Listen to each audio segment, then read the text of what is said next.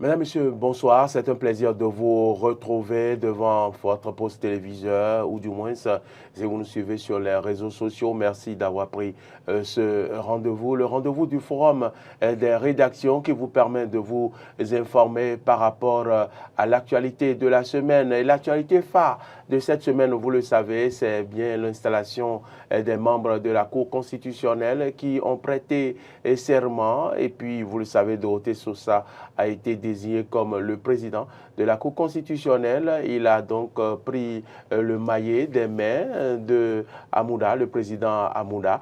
Nous parlerons de tout cela au cours de cette émission, le forum des rédactions, qui se permettra de faire le décryptage de long en large en ce qui concerne la Cour constitutionnelle. Quelles sont les attentes des populations de cette 7e mandature? Nous en parlerons. Le forum des rédactions de ce jour, le thème est intitulé, et bien sûr, le tome 7 s'ouvre à la Cour constitutionnelle, une lourde mission pour Dorothée Sosa et ses pairs, une grosse interrogation à laquelle mes débatteurs vont répondre sur ce plateau. Et pour en parler, ils sont déjà installés dans ce studio. Je vais observer une courte pause avant de vous les présenter.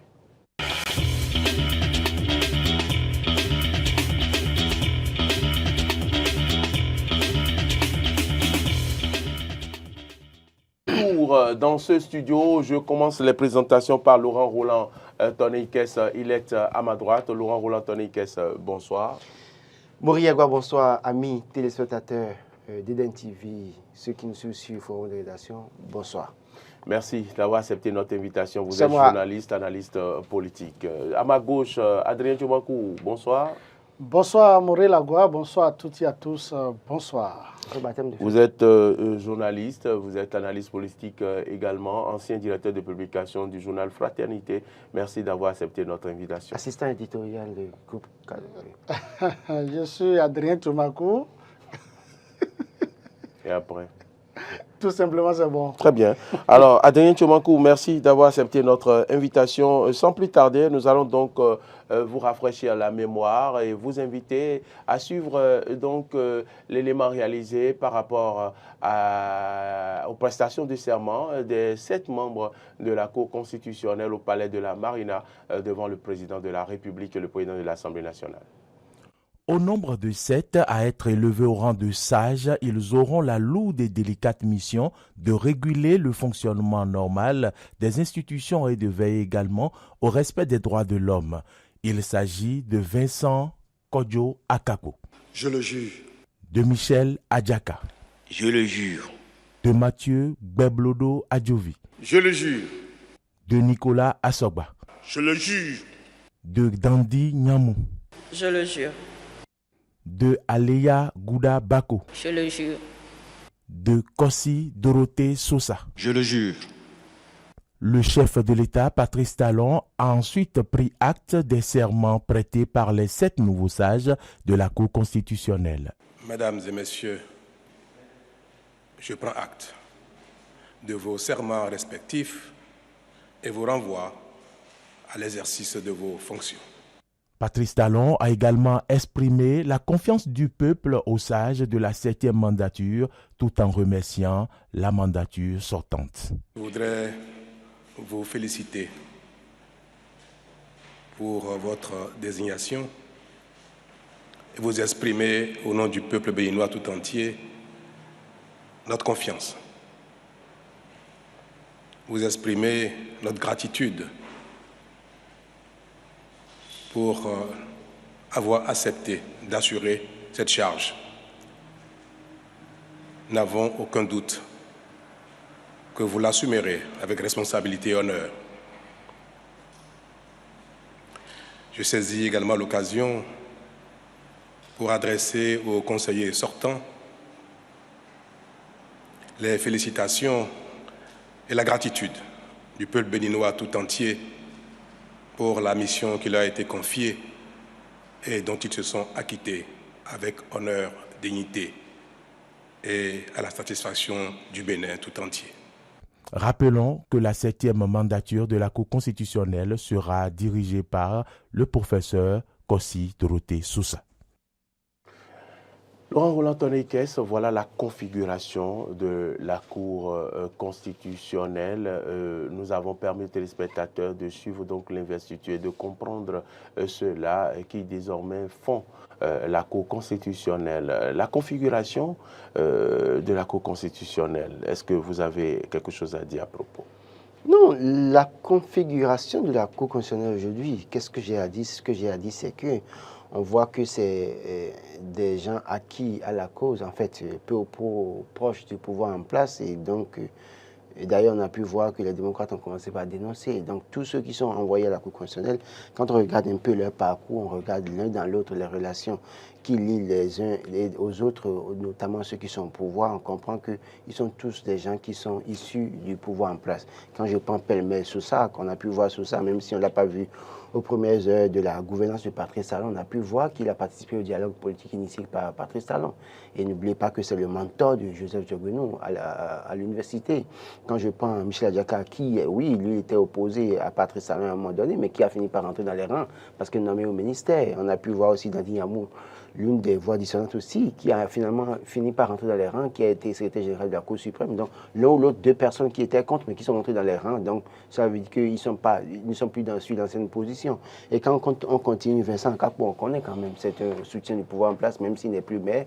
On a pu voir qu'il continue de soutenir le pouvoir en place. Et on évolue avec Nicolas Assogba. Nicolas Assogba qui a été envoyé à la Sénat, au Conseil électoral. Et puis après, on a pu voir aussi qu'il faut préciser qu'à ce niveau, Nicolas Assogba a un enfant qui a Nicolas Assogba, le plus jeune avocat, qui a été le plus jeune avocat du Bénin à 25 ans, qui travaille au cabinet de Maître Diogbenou. Donc quand on continue encore, on va voir Léa Gouda qui a été avec Diogbenou quand il était ministre de la Justice. Donc l'un dans l'autre, je crois qu'il y a encore un nom, c'est un nom qui m'échappe là, Mathieu Adjovi, l'un des fidèles de Patrice Talon.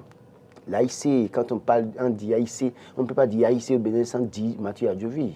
Et donc, alors qui dit AIC, c'est Patrice Talon. Donc, l'un dans l'autre, c'est des gens qui sont acquis complètement à la cause du pouvoir en place, mais ça ne peut pas amener à douter de leur, peut-être, sincérité ou bien de leur honnêteté à un moment donné. Quand assumer la mission qu'il a été confiée. C'est-à-dire que nous allons tous faire le constat de ce que ces gens qui sont majoritairement, en tout cas, qui sont tous pratiquement acquis à la cause du pouvoir en place, qui peu ou prou ont servi le pouvoir en place, ou bien sont des amis de longue date, de vieille date, des gens qui nous dirigent aujourd'hui. Mais ça ne devait pas mener peut-être à remettre en cause leur honorabilité, en tout cas en ce qui concerne la tâche, la mission qu'ils ont accomplie. D'ailleurs, même quand on regarde dans l'eau, au moins, il y a quelqu'un qui pourrait, qu'on ne le veuille pas, avoir la tête sur les épaules. Je veux parler de l'actuel président élu de la Cour constitutionnelle. On devait pouvoir, compte tenu de son parcours, ce qu'il a été, ce qu'il a pu avoir dans sa vie aujourd'hui, être, en tout cas, espérer que ce personnage puisse dire non à un moment donné et dire oui pour ce qui est oui, en tout cas pourrait arranger le peuple béninois. Et même si j'ai cité, et qu'on vous appelle Dandi Yamou et puis Adjaka, qui sont rentrés dans les rangs, c'est qu'il y a aussi, on peut compter, il y a chasser le naturel, il revient au galop, dit-on. Le problème, c'est que Adjaka a été syndicaliste spontané, et donc qu'on ne le veuille pas, il peut y avoir encore quelques bribes de syndicalisme qu'on peut en voir en lui et qui pourraient l'amener à un moment donné à taper le poing sur la table pour dire attention, ça c'est pas pour l'intérêt général. En tout cas, je fais foi en ce que, oui, ils ne décevront pas le peuple béninois, qu'ils savent qu'ils sont là-bas maintenant sages, parce qu'on les appellera sages. Et le sage doit poser des actes de sagesse.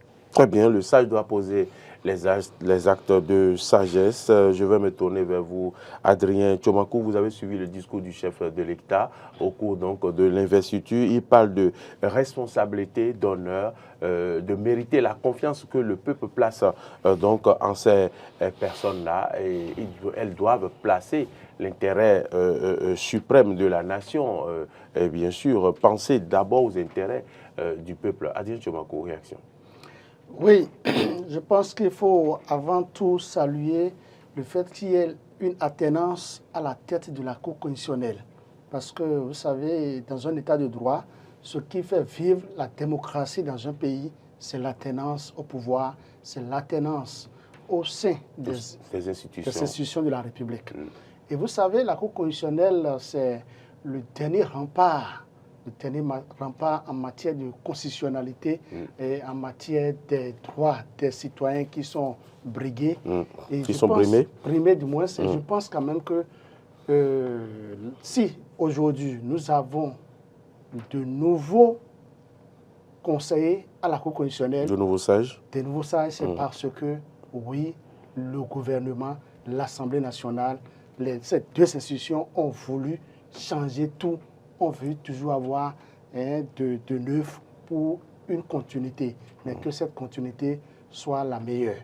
Je pense quand même que quand nous regardons la configuration des membres de cette cour, d'abord il faut noter que tous les départements sont représentés d'une manière ou d'une autre. Quand vous prenez Tandi Yamou, les deux dames qui sont du nord, des deux côtés du nord, quand vous prenez au centre du Bénin le président Dorothée Sosa, président de la Cour, et Nicolas Sogba, ils sont du centre. Adjaka, il est du sud. Vous prenez M. Akakbo, qui est toujours de l'Est ou l'Ouest, je dirais, du Koufo. Donc, le Bénin est représenté. Et je pense que, pour moi, il n'y a pas dit, bon, ceux-ci sont de la mouvance présidentielle ou de la majorité présidentielle. Une chose est claire, quand nous prenons la cartographie de notre pays, la cartographie est bel et bien représentée un peu partout. Et maintenant, nous allons laisser place à ce qu'ils doivent nous faire, ce qu'ils vont servir au peuple béninois. Je pense que c'est le plus important. Évidemment, quand ils sont désormais installés, c'est qu'ils ne dépendent plus de ceux-là qui ne sont plus redevables normalement. Ils ne sont pas redevables du tout à ceux-là qui les ont désignés. Je veux parler de l'Assemblée nationale et de la présidente de la République. Donc, ils sont là pour le peuple, pour l'intérêt supérieur de la nation. C'est ça. Yes. Et le chef de l'État même l'a dit qu'il faudrait qu'il gagne la confiance du peuple. Et c'est au nom du peuple que Patrice Talon avait parlé. Je pense que ces sept sages doivent savoir que l'enjeu est de taille et qu'ils doivent faire le job correctement et bien. Évidemment, le droit, c'est universel. On ne ment pas sur le droit. On ne ment pas au nom du droit. Et je pense qu'il y a déjà des réformes. Et évidemment, ils ne sont pas tenus de poursuivre avec cette réforme, par exemple, que je peux appeler de réforme Djogbenou, où l'audience à la Cour constitutionnelle est désormais publique. Je pense quand même qu'il est souhaitable qu'ils continuent dans cette lancée et que les avocats, les citoyens béninois suivent l'audience, même si ils ont l'obligation de se retirer pour aller analyser, voir, au regard des déclarations, des appréciations des uns et des autres, à qui donner raison. Il est quand même souhaitable que l'audience se déroule publiquement comme la 6e mandature a commencé, pour que les gens voient clair dans tout ce qui se passe. Je pense quand même que nous pouvons leur faire confiance. Et quand vous suivez d'ailleurs le président à l'occasion de sa prise de service, je vais parler du président Dorothée Sosa, il a tenu des propos très forts On va revenir à sa prise de service, ok, si vous d'accord. voulez. Merci. Si vous le voulez, on va revenir à sa prise de service. Donc, Laurent, on retient donc que la Cour constitutionnelle a été installée et que, d'ailleurs, c'est ce même jour que le président a été désigné et qu'il est désormais connu, c'est bien Dorothée Sosa. Lorsqu'on parle de Dorothée Sosa, qu'est-ce que le nom évoque pour vous? Quand on parle de Dorothée Sosa, le nom évoque, en tout cas, pour moi, c'est une personnalité de haut rang. On a pu le voir, le ministre de l'Enseignement supérieur, on a pu le voir, le ministre de... attendez, il a occupé notre poste de ministre, ça m'échappe. Et puis, quand on sait qu'il a été... le ministre de l'enseignement scientifique. A été ministre, il a été garde des Sceaux. Garde des Sceaux, voilà, c'est ce que je voulais dire. L'enseignement supérieur, voilà. Il a été doyen de la patron de la FADESP. Et avant d'aller à l'OADA. Tout à fait. Quand on regarde le parcours... Il a franchi plusieurs quand on regarde tout ça, je crois que c'est un personnage qu'il faut respecter. Et c'est pour ça que je disais, en termes d'expérience, ce n'est qu'à lui qu'on pouvait remettre les clés de la Cour constitutionnelle de 7e mandature, parce qu'il a l'expérience, comparé aux autres, il a l'expérience. Et j'estime que c'est sur lui maintenant en tout cas, vers lui que sont tournés les regards des Béninois. Parce qu'au-delà de tout, on l'a vu occuper les postes dans ce pays. On a pu voir ce qu'il a pu faire sur le général Mathieu Kérékou. Et à un moment donné, il est allé du côté de l'Ouada, même si au niveau de l'Ouada, certaines indiscrétions disent que tout n'est pas rose là-bas, sous sa mandature, sous sa gestion, mais toujours est-il qu'il a été servi au plan international. Et quand on regarde aussi le parcours, vous savez, on regarde tout ça, on se dit oui, est-ce qu'il pourrait être à la hauteur de la tâche qui lui est confiée? Et je vais peut-être prendre le pari de dire oui, il sera à la tâche de ce qui lui est confié et il doit pouvoir comprendre qu'il est redevable envers le peuple béninois. Il a été installé devant Patrice Talon, mais il doit des choses au peuple béninois, pas à Patrice Talon aujourd'hui. Très bien. Vous avez quelque chose à dire à propos de Dorothée Sosa? Dorothée Sosa, je pense quand même que d'abord ce qu'il faut retenir, c'est quoi? Moi, je n'aime pas souvent qu'on étiquette les institutions au nom des présidents de ces institutions. C'est-à-dire quand on dit par exemple la Cour Dorothée Sosa, la Cour Tchogbenou, la Cour ci, la Cour ça. Pour moi, c'est vrai que c'est vulgaire, mais c'est une manière d'insulter ou de ne pas apprécier positivement l'intelligentsia de celui-là, du professeur ou du président qui est le premier responsable de l'institution. Il faut que les gens comprennent que les décisions de la Cour sont prises de façon collégiale. Avant toute décision, quand les membres, les conseillers de la Cour statuent sur le dossier, ils se retirent et s'il le faut même, ils passent au vote.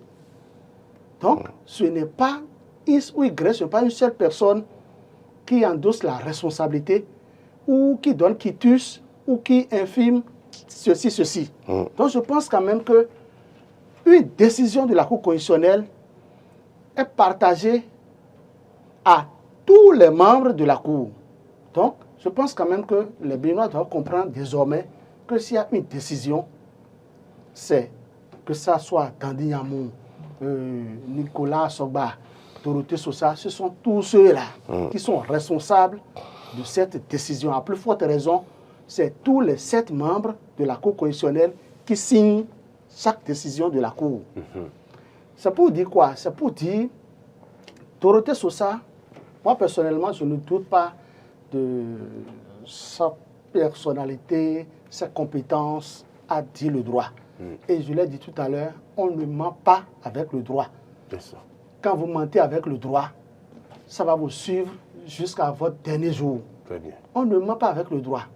Moi, j'ai fait l'essai juridique et je sais de quoi je vous parle. Je ne vais pas aller dans les détails. D'accord. On va maintenant suivre donc l'élément de la passation de charge entre le nouveau président de la Cour constitutionnelle et le président sortant. Je voudrais nommer le président Amoula et suivre les discours qu'ils ont eu à prononcer avant de revenir pour les analyses. La présente cérémonie de passation de charge entre le président sortant Razaki Amoula Issifou et l'entrant Dorothée Sosa consacre l'entrée en fonction officielle des membres de la 7e mandature de la haute juridiction. Au cours des 5 dernières années, la 6e mandature qui transmet ce mercredi 7 juin 2023 le témoin à celle qui est appelée à poursuivre la course, s'est attelée à accomplir les tâches découlant de ses attributions que lui confère la Constitution. Le personnel administratif et technique de la Cour constitutionnelle garde de cette mandature finissante un bilan positif. Monsieur le Président sortant, Madame et Messieurs les conseillers sortants, le personnel administratif et technique de la Cour gardera de votre passage à la tête de notre institution un bilan positif que l'on peut brièvement rappeler en 4 points. Sur le plan procédural, sur le plan jurisprudentiel, sur le plan scientifique et sur le plan international. Pour toutes ces réalisations, nous ne pouvons que vous féliciter vous remercier et vous souhaiter une bonne suite de contribution au développement de la nation. Monsieur le Président entrant, Mesdames et Messieurs les conseillers entrants, je voudrais vous dire que le personnel administratif et technique se tient prêt à vous accompagner et à faire de votre mandat une réussite. Pour le président sortant, c'est avec un sentiment de devoir accompli qu'il cède le fauteuil et le baillet à son successeur. La 6e mandature a travaillé à l'amélioration du cadre juridique et procédural du traitement des dossiers dont elle est saisie. En ce sens, elle a notamment procédé à la création de 2 chambres de mise en état et l'ouverture du prétoire au grand public. Visant les mêmes objectifs, 3 autres innovations ont été conçues, à savoir la création d'un greffe avec la possibilité offerte aux justiciables de saisir la Cour par voie électronique, la réforme de la procédure de l'exception d'inconstitutionnalité, l'organisation des audiences foraines, dont la première édition fut fortement appréciée des justiciables. Fort de ce bilan, on peut affirmer sans risque d'erreur que la 6e mandature a atteint l'objectif de sa mission. À sa suite, le nouveau président, le professeur Dorothée Sosa, a fait la promesse et pris l'engagement de garder allumée la flamme du constitutionnalisme béninois. Ce que mes collègues et moi pouvons et devons affirmer, ici et maintenant, devant vous tous, autorités à divers niveaux, parents et amis, c'est de continuer à garder la flamme du constitutionnalisme béninois allumée, c'est-à-dire d'être tout à la fois le dernier rempart des citoyens qui pensent que leurs droits sont bafoués par les pouvoirs publics ou par d'autres particuliers, l'arbitre impartial de la régulation du fonctionnement des institutions et de l'activité des pouvoirs publics, le garant de la pureté de l'ordre juridique, le certificateur du choix populaire des dirigeants politiques nationaux. L'installation de la 7e mandature de la Cour constitutionnelle coïncide avec le 30e anniversaire de l'installation de la première mandature de l'institution sous la présidence de Mme Elisabeth Poyon. Et voilà, vous avez suivi l'installation et les messages délivrés par le président entrant et le président sortant. Peut-on dire à Adrien Tchomakou que le président Amouda est sorti par la grande porte? Oui, le président Amouda est sorti par la grande porte, d'autant plus que vous avez vu après Joseph Djogbenou, Amouda est... Évidemment, je le dis tantôt que ce n'est pas la personne de Amouda, mais la Cour a continué quand même à fonctionner. La Cour étant dirigée par Amouda, c'est cette Cour dirigée par Amouda, bien sûr, qui avait sauvé les démocrates du naufrage, par exemple. Ça, c'est un exemple parmi tant d'autres, qui pensaient que les démocrates allaient finalement aux élections législatives et se retrouver finalement à l'Assemblée nationale. Personne. Parce que, bon, moi, personnellement, je voyais que c'était déjà terminé.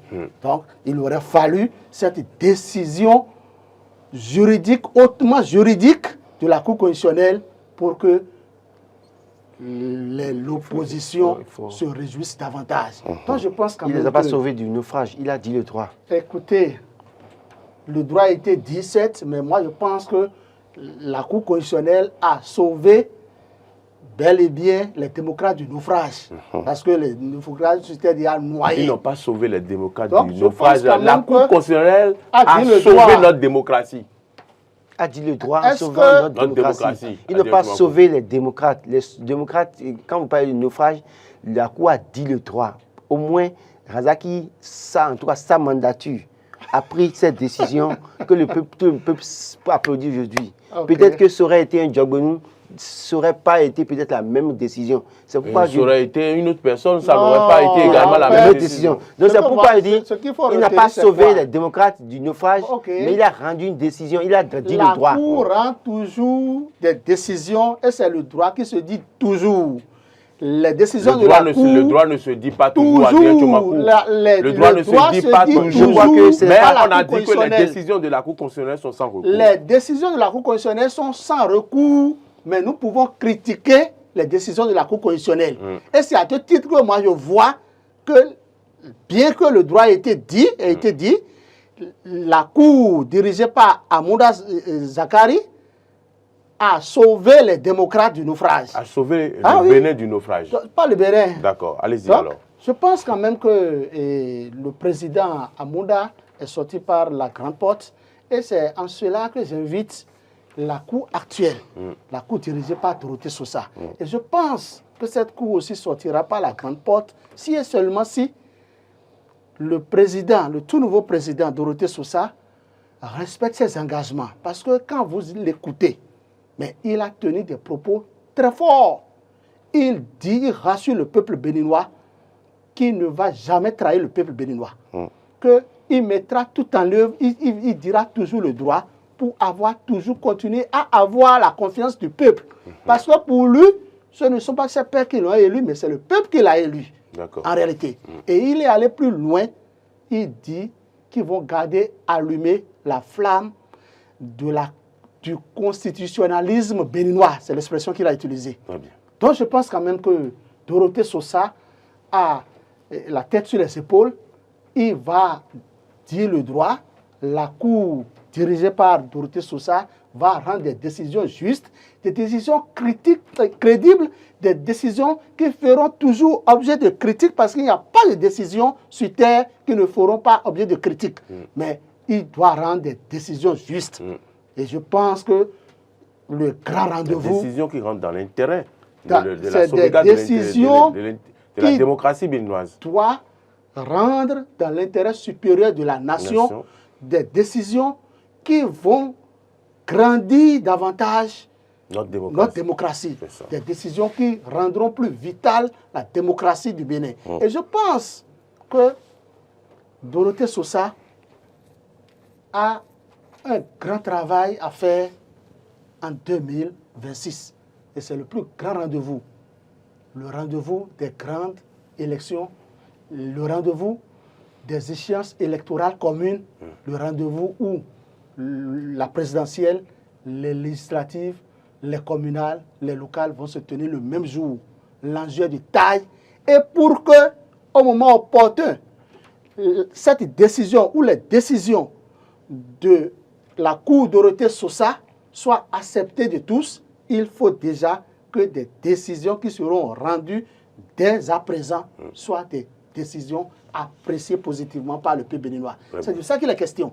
Parce que, vous savez, écoutez, c'est en 2026 qu'on nous dira qu'on a tel nouveau président de la République, on a tel député, tel maire, tel conseiller communal, tel conseiller municipal. Et je pense que pour préparer le peuple béninois à accepter positivement cette décision, écoutez, il faut déjà que des décisions qui seront rendues et dès cette semaine ou la semaine prochaine, des décisions par rapport au recours les démocrates, parce que les démocrates ont fait assez de recours.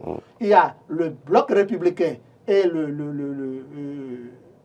l'Union progressiste qui ont aussi, ces deux ont fait des recours.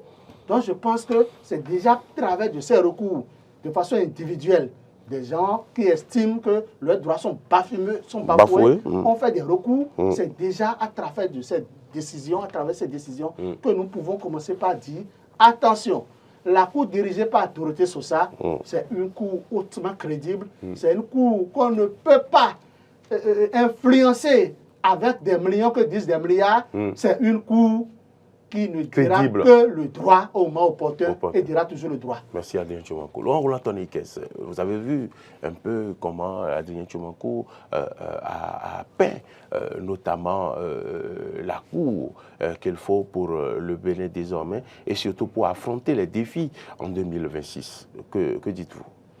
2026, c'est un grand carrefour pour la démocratie béninoise, c'est un grand carrefour pour la préservation de la paix au Bénin.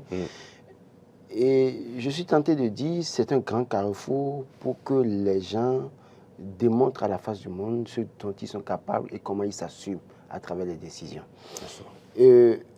Vous savez, de 1990 à 2016, nous avons connu une sorte d'accalmie où on parle de Bénin, pays pacifique, mais à partir de 2019, cette quiétude du Bénin a été ébranlée par des situations électorales de 2019, notamment celle de 2021, 2020 étant peut-être à l'abri parce que c'était des élections communales, on n'a pas eu pour autant de révolte, mais 2019-2021 sont des comment vous appelez, des repères pour nous désormais en termes de violence électorale au Bénin. Et 2026, nous connaîtrons des élections générales. Élections générales, ce qui veut dire que tout le monde va en compétition. Du président de la République au dernier, c'est que tout le monde sera en compétition pour se faire élire.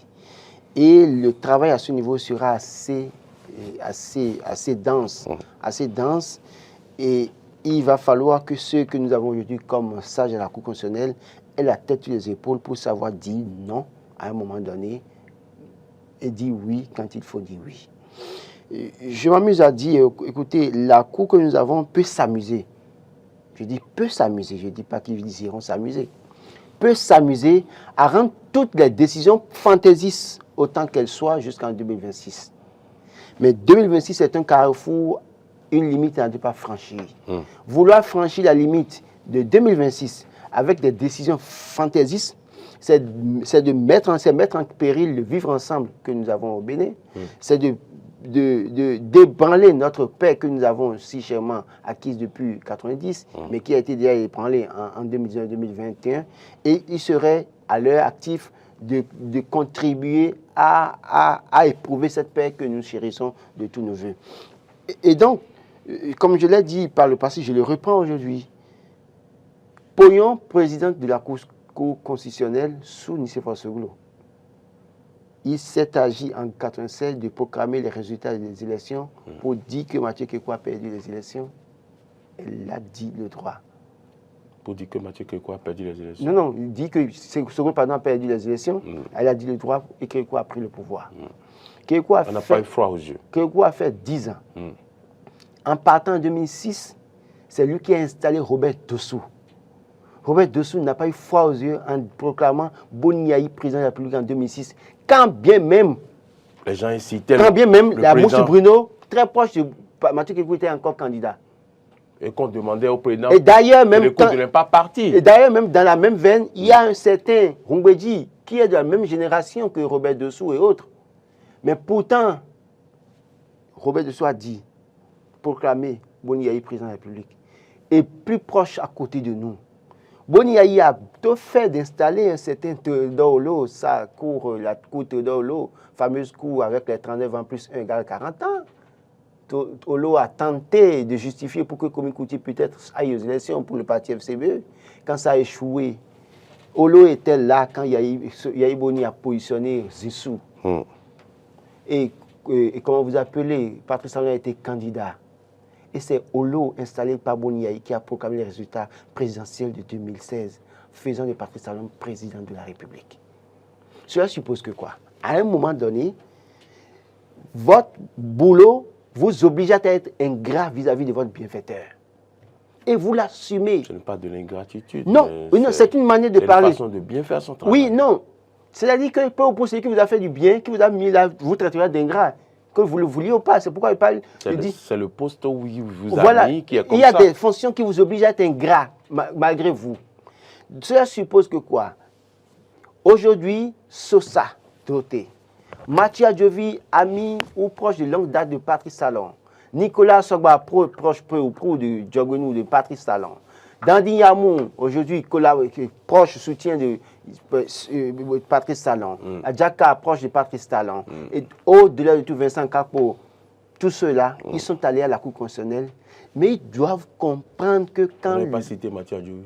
J'ai cité. J'ai dit ami de longue date, proche, ami de longue date et collaborateur de longue date de Patrice Talon. Quand vous regardez tout ça, il doit pouvoir se dire, nous avons une responsabilité nationale. Le peuple a choisi Patrice Talon. Le peuple a investi Patrice Talon et les députés élus de choisir des gens. C'est-à-dire que c'est le pouvoir que le peuple leur a donné, qu'ils ont retourné, donc qu'ils ont retourné en tout cas une partie de ce pouvoir ou bien une partie du pouvoir à ces personnes-là qui sont appelées sages. Cela suppose que quoi? Eux-mêmes, en réalité, en les installant, doivent se soumettre à cette cour. Donc, Patrice Talon est tenu de se soumettre aux décisions de cette cour. L'Assemblée nationale des députés sont tenus de se soumettre aux décisions de cette cour. Et donc, c'est aux sages de se rendre compte qu'en réalité, ils sont même investis d'un pouvoir plus dense que celui du pouvoir du chef de l'État. S'ils ne l'ont pas suffisamment en tête, il faut qu'ils le sachent. Parce que ne pas le savoir, c'est ça qui fait que cette cour peut être manipulable. Donc, en l'État, ils sont des cadres. On a des personnalités de haut rang, on a des magistrats. Le magistrat a dit le droit. Nicolas Sogba était magistrat. Et je sais qu'il a très bien fait son travail, je le connais, mais je sais que c'est quelqu'un qui est assez logique dans ce qu'il fait. Donc, je crois que ce n'est pas la cour maintenant que Dandy Yamou va se permettre de se laisser manipuler. Ce n'est pas la cour maintenant qu'un Michel Adjaka va se permettre de se laisser manipuler. Ils ont une responsabilité nationale. Ils doivent se souvenir du peuple, de la majorité. Quand on dit majorité, ce n'est pas majorité parlementaire.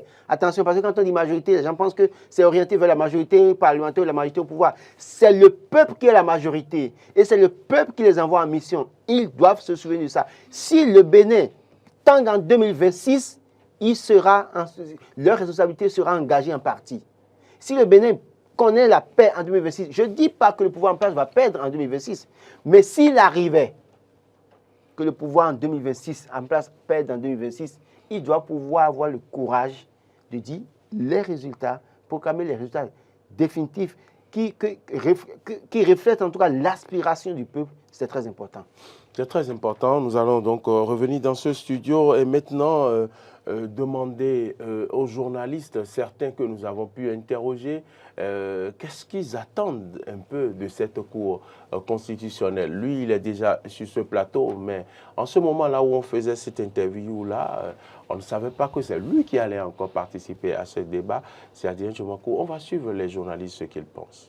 Je pense que la nouvelle équipe qui doit s'installer à la Cour constitutionnelle doit mieux faire que l'équipe précédente, doit savoir que les décisions seront rendues dans l'intérêt supérieur de la nation, doit savoir qu'il n'y a pas de parti pris, doit savoir que partout où on passera, on parlera en bien et de nouveautés meilleures de la Cour constitutionnelle. C'est de ça qu'il est question.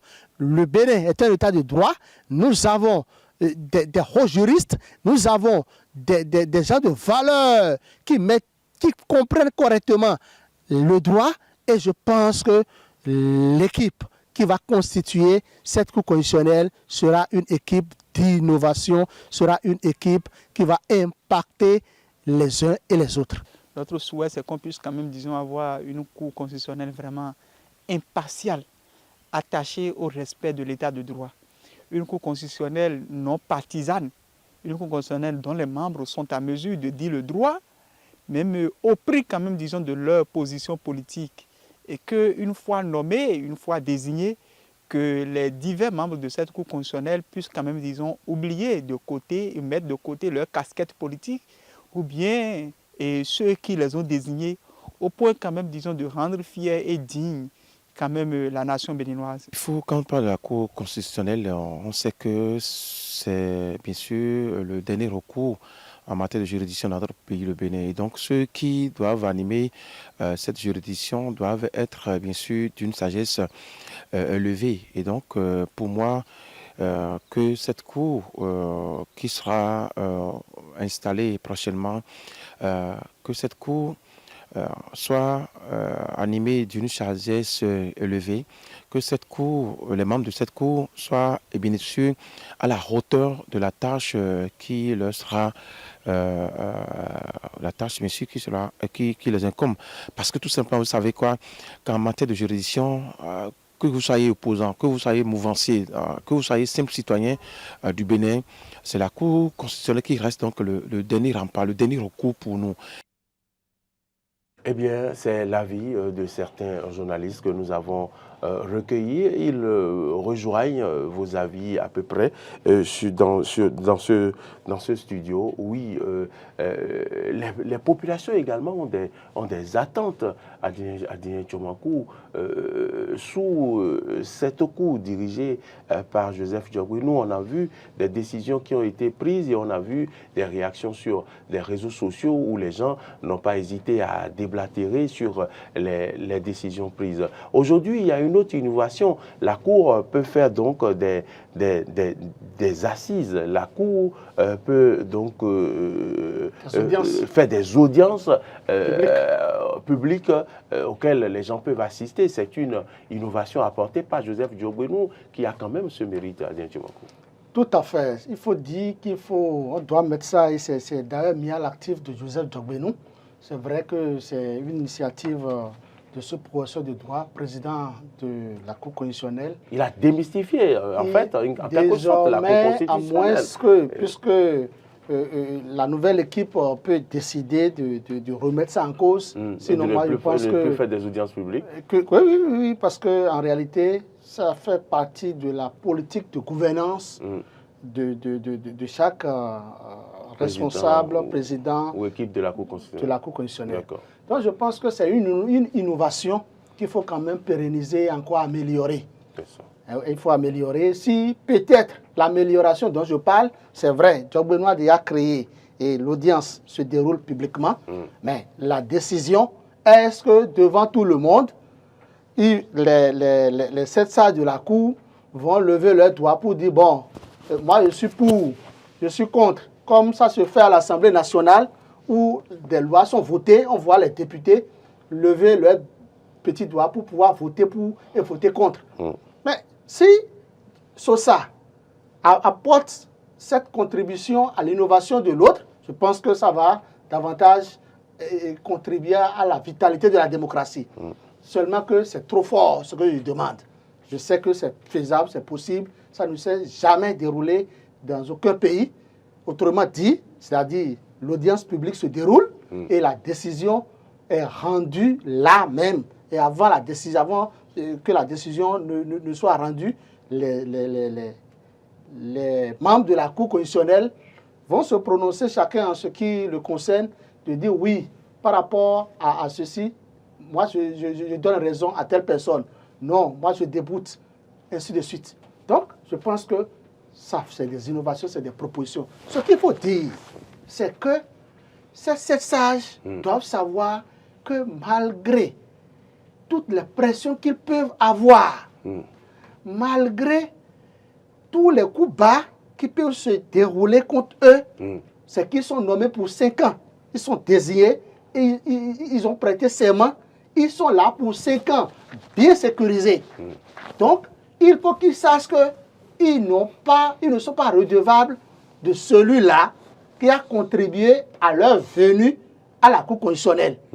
Écoutez, je parle de ce que je vais dire par exemple. Est-ce que vous savez que au regard des tests, quand vous lisez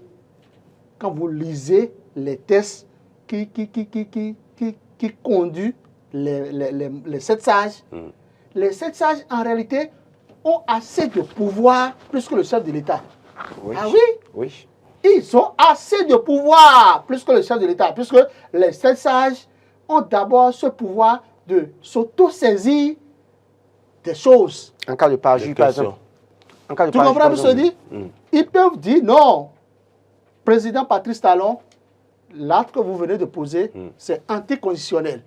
Et les 7 sages peuvent rendre une décision par rapport à ça, bien que personne n'ait le courage de les saisir officiellement. Donc, ils ont ce pouvoir. Les 7 sages, ce n'est pas seulement des recours qu'ils peuvent attendre, non. Même ce qui se passe dans des ministères ou même dans le monde des médias, dans la presse, où la presse est lésée pour des réformes. C'est vrai que maintenant, Patrice Talon a voulu prendre à bras le corps les problèmes des journalistes. Ce n'est pas encore une réalité, mais on a constaté une volonté politique. Mais les 7 sages peuvent prendre une décision pour dire non, pour telle réforme qui s'opère dans le pays. On a constaté que bon, les journalistes sont lésés. Certains sont lésés et au regard de tel article de notre Constitution, puisque nous devons tous jouir de la liberté d'aller et de venir, des libertés, par exemple la liberté. C'est-à-dire, on doit, quand je prends par exemple l'exemple des hôpitaux où les journalistes aujourd'hui ne bénéficient pas d'une mutuelle de santé, des soins. Alors, ils peuvent amener le chef de l'État à s'occuper très rapidement de ce volet. Donc, ils ont assez de pouvoir. En réalité, ils n'ont pas souvent les 7 sages qui ont précédé depuis des années. Nous sommes à la 7e étape, que ce soit la 6e, 5e, 2e, 1re étape, on n'en a jamais eu. Aucun cour constitutionnel ne s'est directement saisi de dossier pour contraindre le pouvoir central à agir. Vous comprenez ce que je veux dire? On attend toujours des recours. Or, ils ont cette prérogative de s'auto-saisir des dossiers. Donc, je pense quand même que c'est mon souhait. Et nous voulons ça. En tout cas, moi, personnellement, je veux qu'il y ait des autosaisines pour que des décisions soient rendues. Ces décisions peuvent aussi avantager le pouvoir central. Si on voit qu'il y a des syndicalistes véreux, des syndicalistes qui ne font que raconter ce qui n'existe pas, il faut de la diffamation. La Cour constitutionnelle s'auto-saisit. Donc ce n'est pas seulement aller contre le gouvernement, et encore que aucune décision de la Cour constitutionnelle ne va contre personne. C'est le droit qui se dit toujours. C'est toujours dans le droit, dans l'intérêt supérieur de la nation. Et c'est le droit. Le droit est universel. Quand on rend une décision, c'est vrai, on nous dit que c'est sans recours, mais ça peut faire objet de critique. Et si vous suivez même Dorothée Sosa, à l'occasion de sa passation, de sa prise de service, il a invité tout le monde, que tu sois juriste, avocat, même des cultivateurs, de parler, de dénoncer, de faire des recours. Il faut que les gens s'expriment. Parce qu'eux, ils sont là. Je ne dirais pas qu'ils sont vautrés dans leur bureau, mais ils ne peuvent pas tout entendre au même moment. Donc, il faut que des gens apportent leurs préoccupations, leurs plaintes, leurs recours, afin qu'ils s'en saisissent pour les étudier dans les plus brefs délais. Les gens doivent comprendre aussi, surtout les syndicalistes, les démocrates doivent se dire que nous ne sommes plus à un carrefour où il faut douter de la légitimité de ses membres. Les gens sont déjà installés, laissez-les travailler. Très bien. Laurent Roland Tonnikes, il faut dire quand même que la Cour constitutionnelle, dans un passé, est en quelque sorte vue comme un fétiche, on peut le dire. C'est-à-dire que la Cour, par exemple, pour proclamer les résultats, le faisait nuitamment.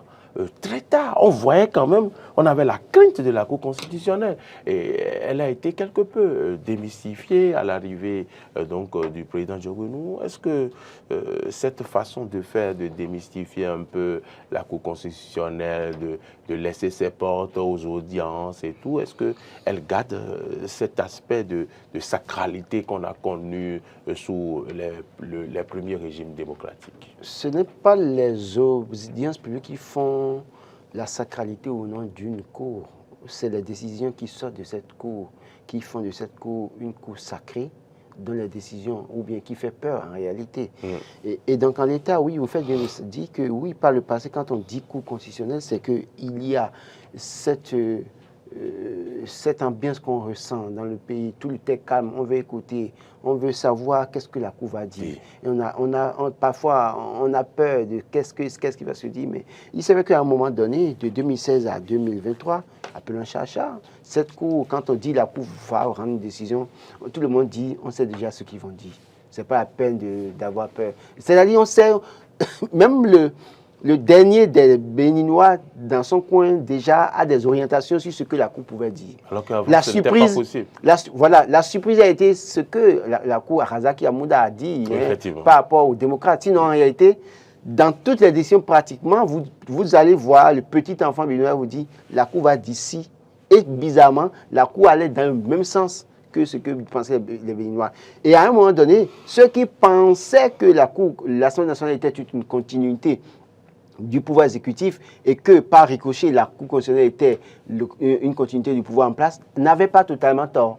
Parce que les décisions, personne ne s'en doutait. C'est-à-dire qu'on se disait, mais écoutez, qu'on ne le veuille pas, ils ne vont pas débouter les leurs dans une certaine mesure. Et cette Cour qui est installée aujourd'hui a beaucoup de responsabilités. C'est-à-dire, d'abord, venir colmater les brèches. Là où quelque chose a été détruit, réparer. Là où l'image de la Cour a été écorchée, faire en sorte de redorer le blason de la Cour constitutionnelle pour que cette Cour, en réalité, continue à surprendre en réalité. Ce n'est pas parce que vous avez dit que les démocrates doivent cesser de penser à la légitimité ou non des sages de la Cour. Qu'on ne le veuille pas, c'est leur droit de reconnaître la légitimité ou non de ceux qui sont installés. Ce n'est pas parce qu'ils sont déjà installés qu'on ne va pas reposer la question de leur légitimité à 100% ou pas. Parce que dans un pays comme le Bénin, où on parle de démocratie, on parle de respect des tests, dans une certaine mesure, ceux qui estiment que tous ceux qui sont là ne sont pas légitimes et que par conséquent, il y a des choses à dire, ont aussi peut-être leur mot à dire dans la société, leur débat dans la société. Et donc, on ne saurait leur dénier ce droit-là. Aussi longtemps qu'ils peuvent continuer à réclamer pour dire tel n'est pas légitime, ils peuvent le faire jusqu'en 2026. C'est de leur plein droit. Donc, pour dire quoi? C'est à eux maintenant. Parce que même si on vous dit que vous n'êtes pas légitime à un poste, que vous n'êtes pas légitime pour telle chose, c'est à vous de montrer que vous êtes légitime. Et que vous êtes peut-être indispensable. Et que vous êtes indispensable. Et donc, si les gens estiment qu'ils sont tous de la mouvance présidentielle, c'est à eux de montrer au peuple qu'en réalité, ils ne sont pas tous même s'ils sont de la mouvance présidentielle, qu'ils savent discerner le bien du mal. Ils ont le discernement. Et donc, ils ont l'obligation de se souvenir du peuple qui investit en réalité. Le peuple les a investis par Patrice Talon. Ce n'est pas Patrice Talon qui les a investis. Patrice Talon a un devoir constitutionnel, l'Assemblée nationale étant aussi remplie des hommes élus, parce que malheureusement, que ceux qui envoient à la Cour constitutionnelle, et les députés sont élus par le peuple. Le président de la République est élu par le peuple. C'est des gens à qui le peuple a confié une mission et leur donne la possibilité de choisir des gens pour faire ce travail. Donc, si le peuple ne les avait pas mis là, ils n'auront pas la possibilité de les choisir eux à leur tour. Cela suppose que quoi? C'est la continuité du pouvoir confié à ces personnes-là qui s'étend vers eux. Et la loi est claire. La Cour constitutionnelle, c'est le dernier recours. Ils sont plus forts que le président de la République et les députés. S'ils se rappellent de ça, ils doivent savoir qu'ils sont en mission pour la République et non pour un camp politique. D'où la mission, elle est lourde. Elle est lourde. Et ils doivent faire l'effort pour ne pas faillir. Sinon, l'histoire retiendra leur nom. L'histoire retiendra le nom de leurs enfants, les noms de leurs enfants, de leur famille. Parce que partout, les gens diront, écoutez, Olo a fait son travail. Mais qu'on ne le veuille pas, jusqu'au dernier jour de sa vie sur Terre, on lui rappellera 39 ans plus 1 égale 40 ans. Vous voyez? Donc, chaque coup a son problème. Et si Djogbenou est là, a eu des problèmes en 2023 pour les législatives, c'est que les décisions qu'il a rendues par le passé au niveau de la Cour constitutionnelle l'ont rattrapé là. Parce que les populations ont estimé que c'est lui qui est à la base des problèmes que nous avons connus en 2019, notamment au cours des élections exclusives, où c'est seulement 2 Français qui sont allés aux élections, et où on a sorti un certificat de conformité à la dernière minute, et où des décisions ont été rendues, où des décisions ont été prises, et puis à un moment donné, cette Cour a déclaré ça constitutionnel. Et donc, ça le suit. Et s'il ne fait pas attention pour corriger son image, ça peut le suivre jusqu'en 2026. Et d'ailleurs, même ça peut le suivre toute sa vie. Parce qu'aujourd'hui, est-ce que Djogbenou respectait de alternatives citoyennes? Est-ce que c'est le même Djogbenou que nous avons aujourd'hui? Est-ce qu'il est? C'est pas parce qu'il est président du parti, hein? Même dans la fonction politique, allez demander, il ne fait pas l'unanimité. Donc, parce qu'à un moment donné, il y a des actes qui ont été posés qui rattrapent. Donc, Dorothée Sosa et les 6 autres sages doivent faire l'effort pour ne pas être rattrapés dans l'histoire du Bénin. Votre mot de fin. Mon mot de la fin, c'est pour dire que la Cour constitutionnelle dirigée par Dorothée Sosa a une lourde mission, une mission gérable, une mission qui doit leur donner raison plus tard s'ils arrivaient à bien la gérer. Merci beaucoup. Merci Adrien Tchemokou, merci Laurent Roland-Tony pour votre participation à cette émission intitulée le thème 7 s'ouvre, le tome 7 s'ouvre à la Cour constitutionnelle, une lourde mission pour Dorothée Sosa et ses pairs. Vous êtes d'accord que la mission elle est vraiment lourde et que les 7 sages installés ont intérêt à travailler pour la sauvegarde de l'intérêt suprême de la nation et surtout un défi à relever en 2026. Madame, Monsieur, si vous nous avez suivis, merci pour l'attention. On se donne rendez-vous la semaine prochaine. Likez l'émission, partagez sur les réseaux sociaux et portez-vous bien d'ici à là. À bientôt.